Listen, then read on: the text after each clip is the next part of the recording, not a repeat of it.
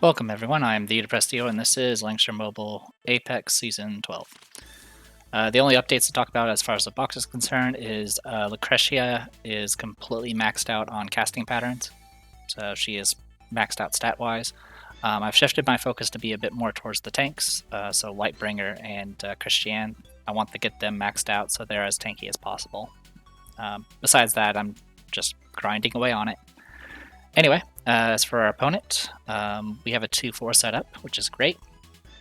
So, yeah, we have 2 tanks, 4 healers, few assassins. Actually, a decent number of characters that can potentially bypass guard. Technically, Wet Ham could bypass guard, but it requires a kill first. Oberor can also bypass guard once he transforms fully, and then Sherry can also bypass guard, but she isn't. Her potential isn't as great. Really, the big ones is Rodham and Epsilon. And at this point, as always, like I've mentioned before, having a new box means different priorities for ban and pick, and ban pick is very significant in this game. So right now, it's really assassins, particularly physical assassins, that generally are the most concerning. So that's why I focused on Epsilon first. They ban Lightbringer. That's something I've been noticing a lot, is they will always default to banning Lightbringer. And I get it, Lightbringer is supposedly the best tank there is, but I don't think she's so important, especially in a setup where the opponent is guaranteed to get a tank one way or the other. Banning a tank early in this case, I don't feel is a good option. Unless you're just really that concerned about a certain type of tank. Like, for example, maybe you want to ban Christiane because you are very heavy in casters, or maybe you are very heavy in assassins and therefore you want to ban Hilda because you didn't want to deal with crit negation. But banning Lightbringer, she by herself I don't think adds anything. I mean, she does have some auras very much like Christiane, and she can definitely be a bruiser. But I don't know. It's just my thoughts. It's just something I've noticed a lot of my opponents have been doing, which has been really helpful because I'm like, okay, great, I'll grab Christiane as my tank and go as normal. So I went ahead and banned Oboro. As a tank push, Oboro actually kind of scares me a lot because I don't think I've been in a match where he actually is successfully transformed yet. I usually would reach him in time and kill him, or my opponent mismeasures what Silvaria's snipe range is. But since I don't really have that anymore, and I'm very short-legged as far as because I'm a tank push setup again, I won't be able to reach Oboro in time. And Oboro fully transform is very, very dangerous. He can bypass guard, it does a lot of damage, and he's just overall a menace. And then Rodham is always bad because he's just really hard to predict, and he can stun. So go ahead and grab Christiane. Go ahead and banned. So something to note about Kagura. I apologize if I get the names mixed up, but with the KA names, because there's a bunch of them. But Kagura here, she can actually be cavalry. So my opponent may have assumed or didn't want to risk Kagura that is cavalry, because that will definitely wreck Christiane, who's infantry. That being said, as spears, she might still be dangerous. I was not planning on picking her once Christiane was out anyway, but that's what my opponent picked. And then I lost Adan Kelmo, which really I would only use her for like debuffs and single target really in this setups. And the fact that my opponent picked Rosen Seal, I wouldn't even pick Adan Kelmo at that point because I won't be able to get through the crystal barriers. So I went and got rid of Lucretia, got rid of Wedem. Went and grabbed Yulia. Yulia is kind of my way of getting past guard if I need to. So this is kind of looking like a tank push for both sides.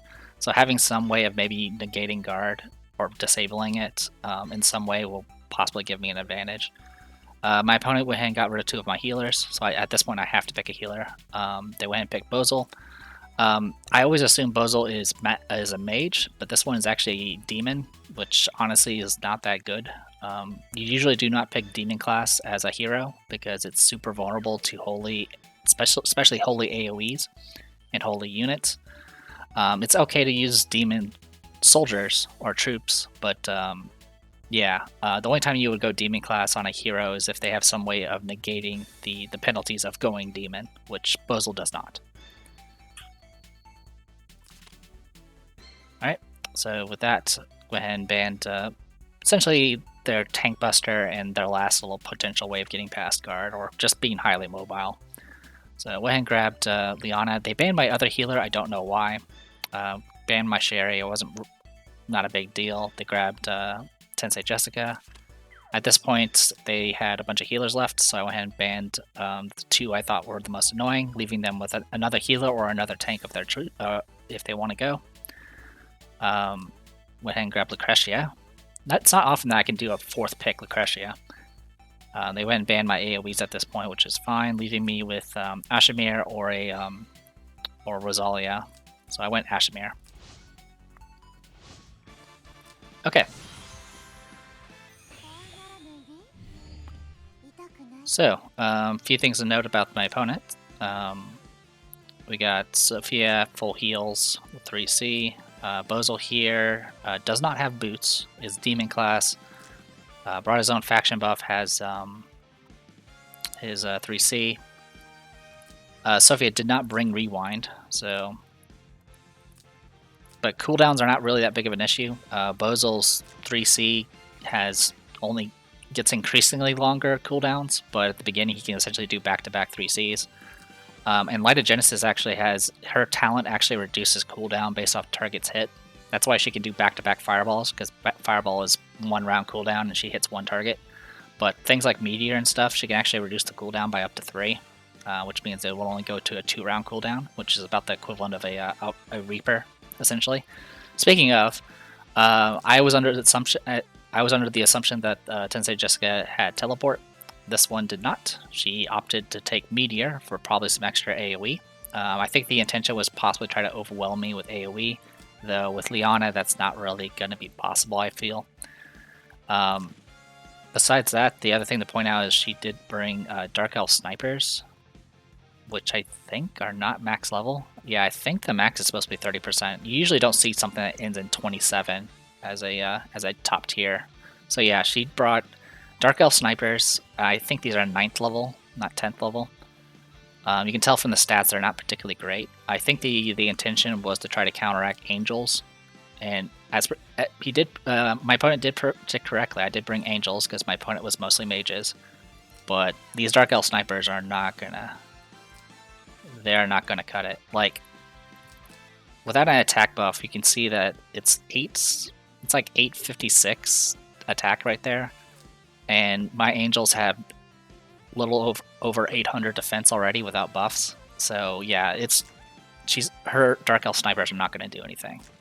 They do extra damage against something that has 100% HP, so there is that at least, which is a significant boost. But man, that's rough. Anyway, Bozil we kind of already talked about. Christian, Royal Protectors, which also are not max level. These are only 9th level. And you can tell from the stats that are not particularly great for tanking. Usually you would take Royal Protectors to counteract magic, which I do have a bunch of. But man, their defense is abysmal. Again, you can compare them with Angels. And Royal Protectors came out later than Angels. So, I mean, if you have Royal Protectors nearly maxed out, you probably have Angels already maxed out. Unless for whatever reason you did not max them out first. Like, I think personally, I maxed out Angels as my first maxed out troop because they are that good. But in any case, Royal Protectors, they do reduce magic damage. They also can counter attack at 1 range with increased attack. But as you can see, they're super squishy. The other thing to note is Christiane did not bring her usual aura, instead brought MDef Command. I don't know if this is because Christiane does not have that skill yet and isn't. No, it's not that. Christiane has a 3C, which means she should be fully maxed out. I think that's a requirement. I'm actually not sure what the requirement is for Awakening, since I always just max out everything. But yeah, Flower Formation does far more than MDef Command. But yeah, MDef Command increased magic defense by 15%. Technically that buffs Bozil's intelligence because of how he works. In any case, Resident Seal here, full heals, and that's it. You might have already noticed over here, I did swap in Firebrand Snipers for Lucretia because I was assuming my opponent would take Angels. They didn't. They took Royal Protectors, which is just as well because their defense is so low, while my Firebrand Snipers do insane amounts of damage. Nothing new with Lucretia, single target. Yulia, I brought Unicorns just to take advantage of Christian's infantry class. She is capable of bringing Phalanxes, which are spears, which will get that benefit, but their talent, which is reduced physical damage, would not work against Unicorns since they are all magic. In any case, I did bring Godly Menace, and I opted to not bring 3C. Instead, I brought Holy Justice, mainly just for the 5 dispels. I essentially had 2 ways of trying to get around the guard. One was Godly Menace to essentially give her mobility down through an aura, which you can't really ignore, or use Holy Justice to potentially dispel her 2 range guard.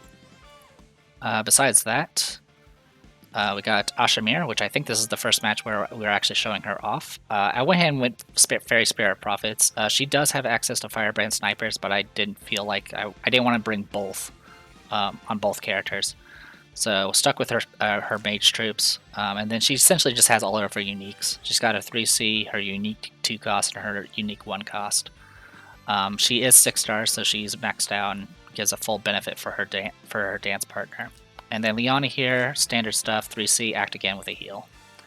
Alright, so in the beginning here, I went under the assumption that their Tensei Jessica has a teleport.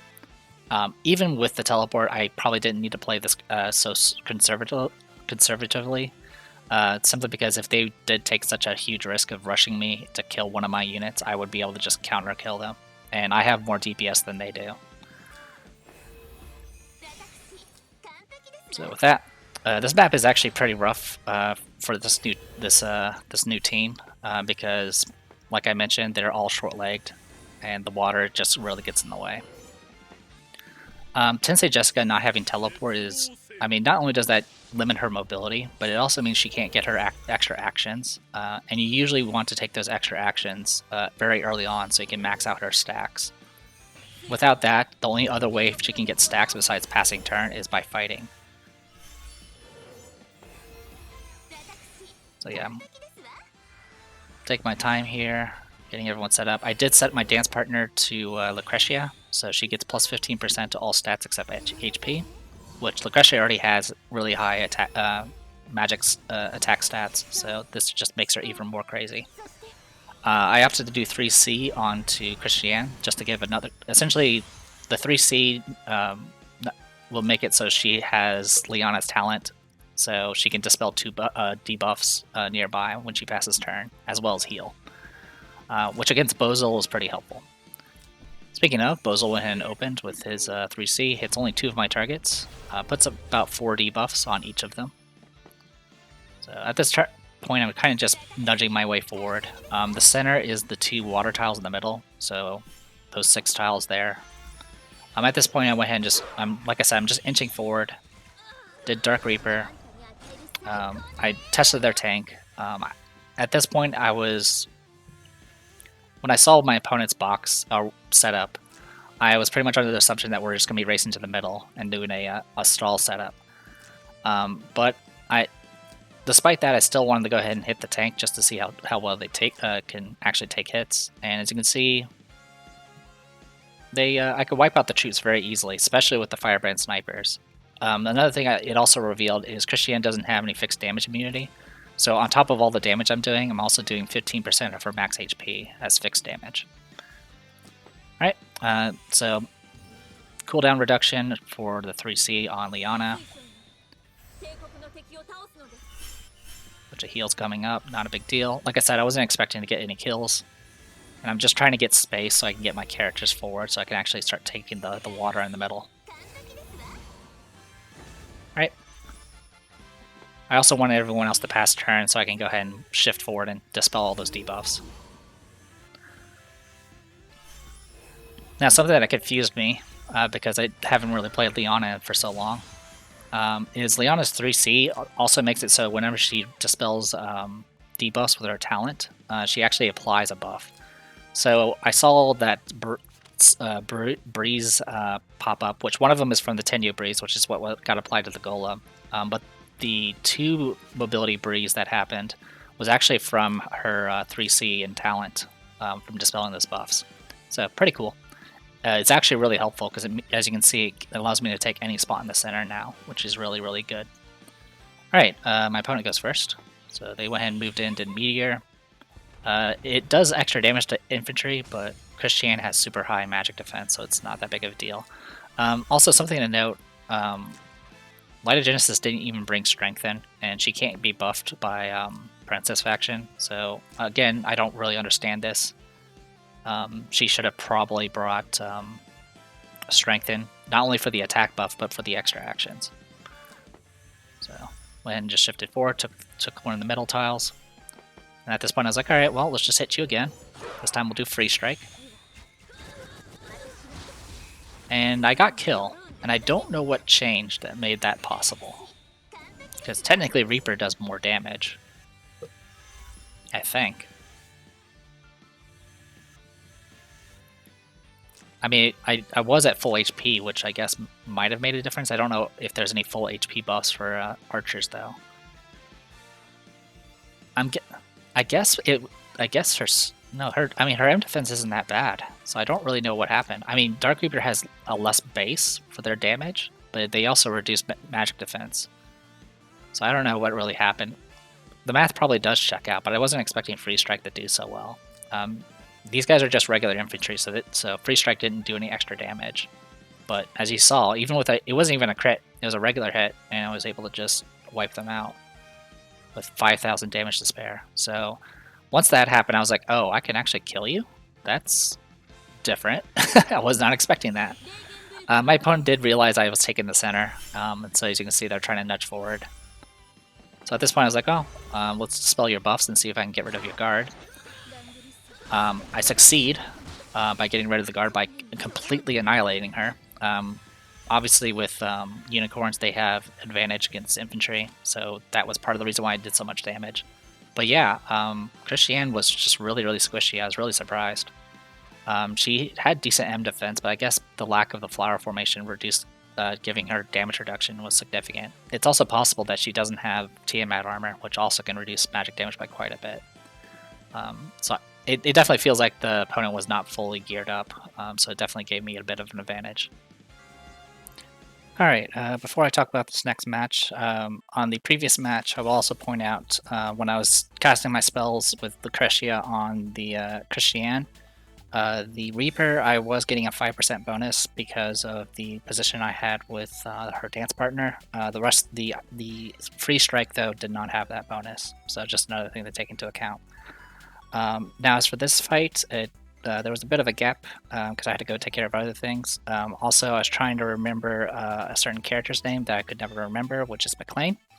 And I actually had trouble finding it on Langrisser because, as of recording this, Langrisser has been updated. It's been updated all the way up to the next collab, so there's a lot of stuff to look forward to. Anyway, they banned my Bringer as usual, and as for my opponent, really the key thing to note here is only one healer, one primary healer. Technically you can heal with Gustav, but it's a single target and it has a cooldown. There are 2 tanks. Yeah, I believe there are 2 tanks. I don't know if Emperor Lavina can tank or not. Oh, sorry, no, there's 3 tanks. I don't know if Emperor Lavina could tank, and I'm also not sure if McLean can tank. There's definitely a mixture of a few assassins. There's also Jintoki, who's annoying. So for this one, I wasn't entirely sure what I wanted to go for first. I ended up going for assassins first. I was going to go ahead and risk the Jintoki. The good news about the Jintoki is there's not really much to take advantage of it. Really the only character that can take advantage of Jintoki's mechanic is Sissy White with her summons. Everything else here doesn't really use summons. I mean, technically you have the puppet for Lucretia, but losing that is actually costly. Went ahead and took Christiane as my tank. They're banning my casters. I mean, there's not really much details to talk about. My casters are all very similar. So he took Landius, which this one's a Spear Landius. Went ahead and got rid of Jintoki and Warner.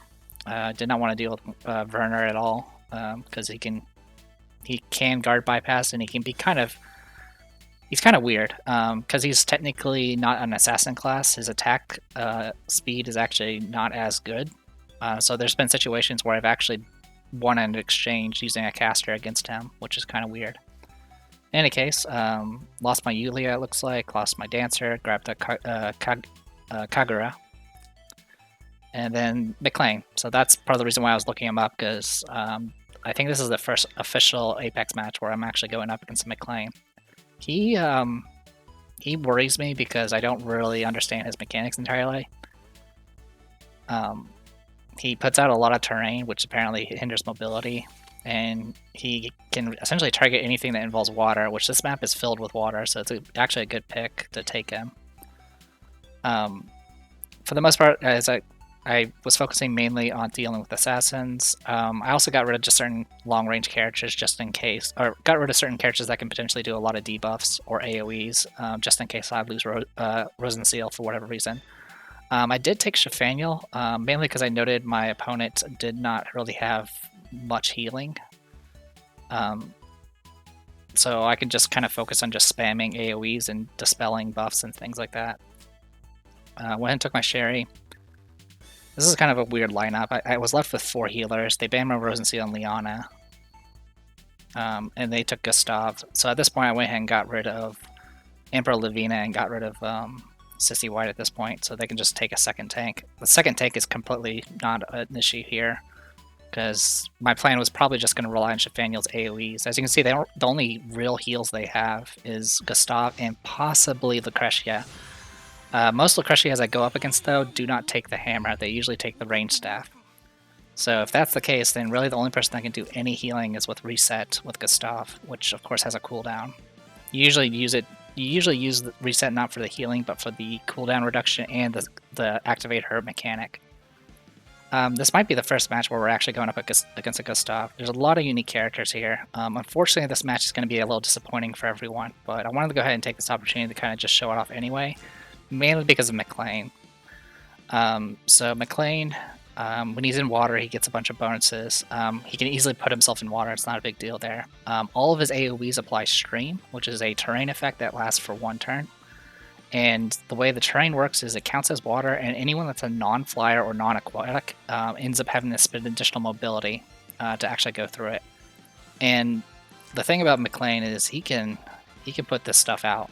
Like, it's crazy how much he can put out.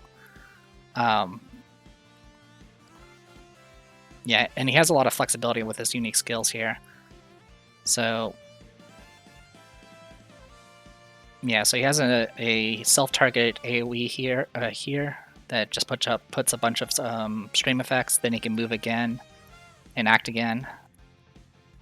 He has his this thing which has will give him self-res,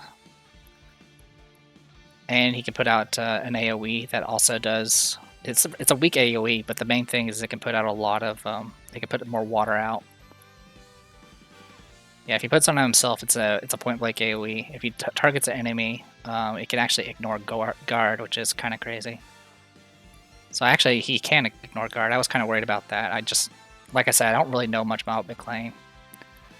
And then he's got his mass AoE thing here that can also freeze, and of course that also puts out terrain. It's a big mess.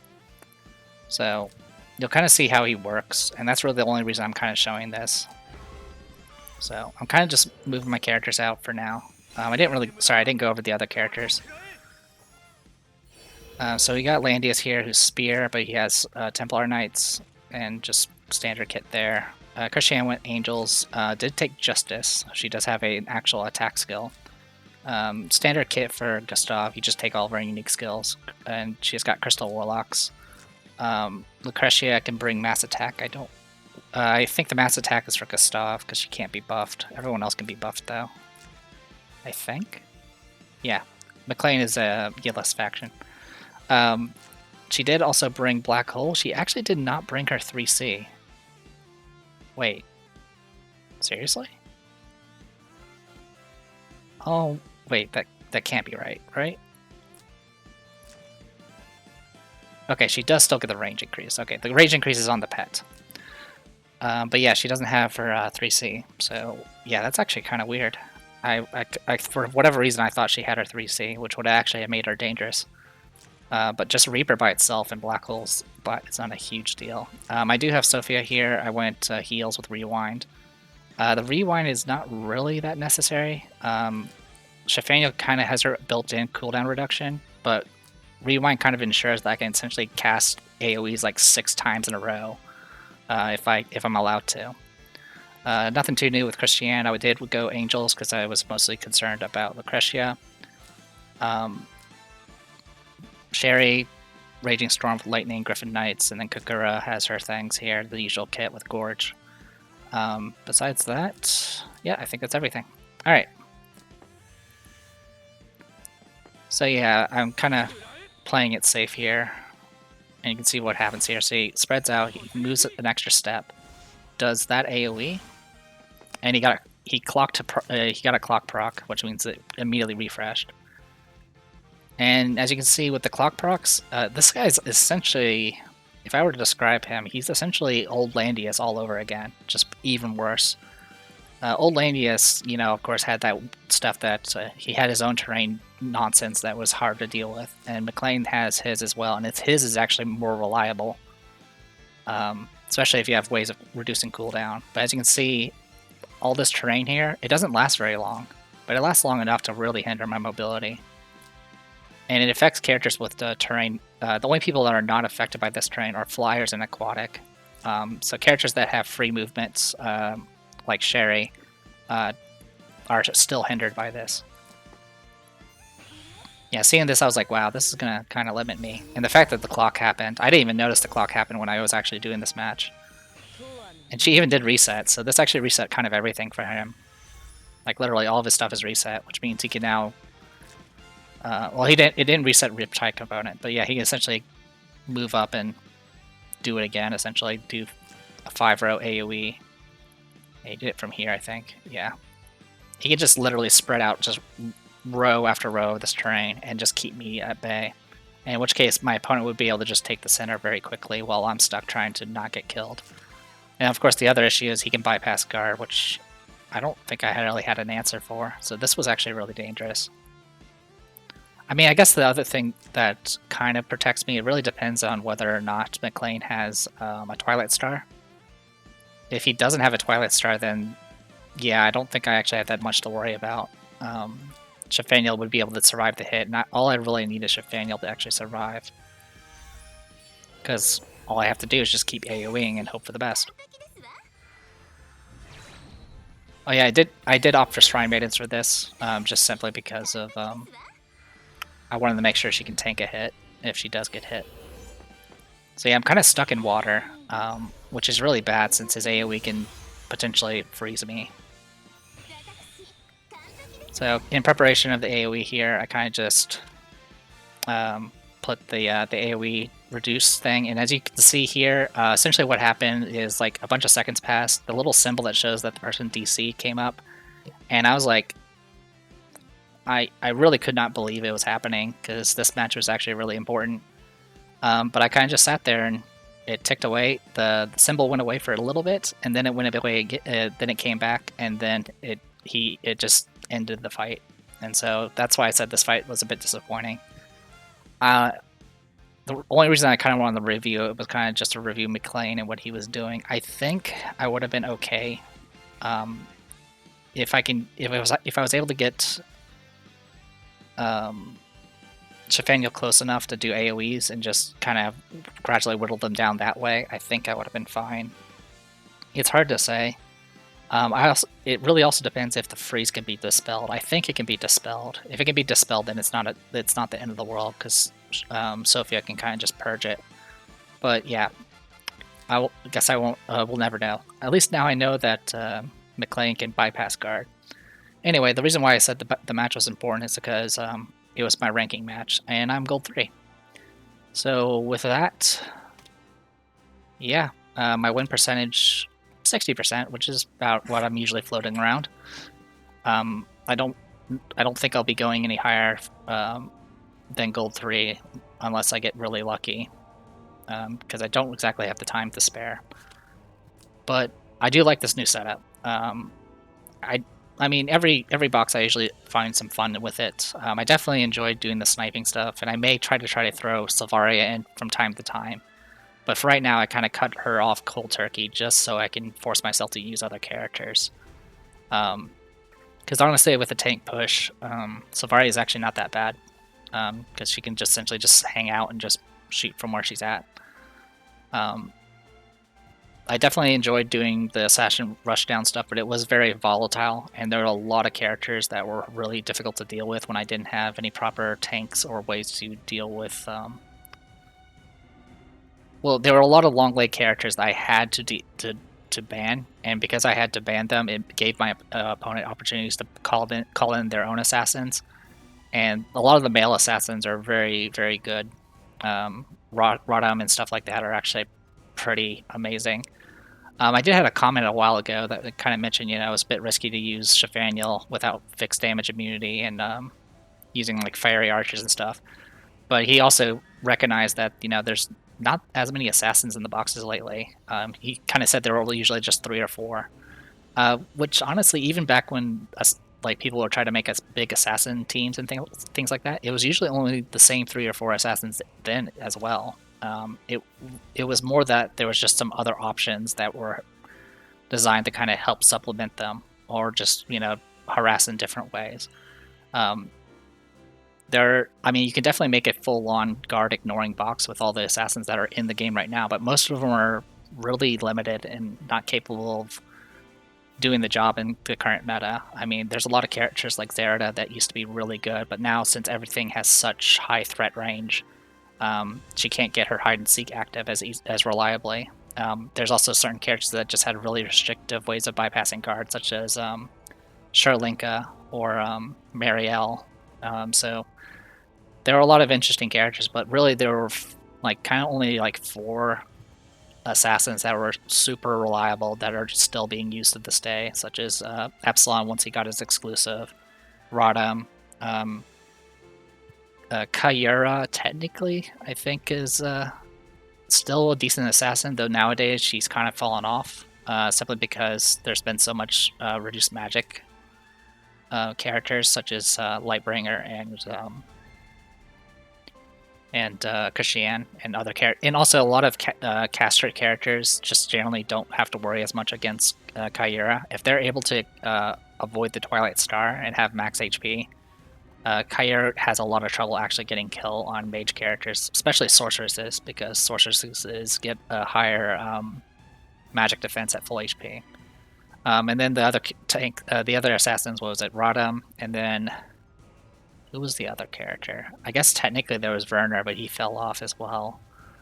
I think there was one other character that you might see around that will run in and do an assassin attempt, but I don't remember who it is off the top of my head. But yeah, it's just kind of the meta for assassins is kind of falling off a little bit. The characters are getting bulkier. A lot of people have been running Heimdall for their Covenant, which gives much higher physical defense. Hilda, of course, also helps mitigate a lot of assassin attempts because she can just completely negate a crit. That being said, assassins are still fun. I like the ones that are very restrictive, like Silvaria and stuff, because I felt like they're more balanced and a lot of fun to kind of plan and set up. They definitely are pretty easy to counter if people know what they're doing and make a very good counter picks.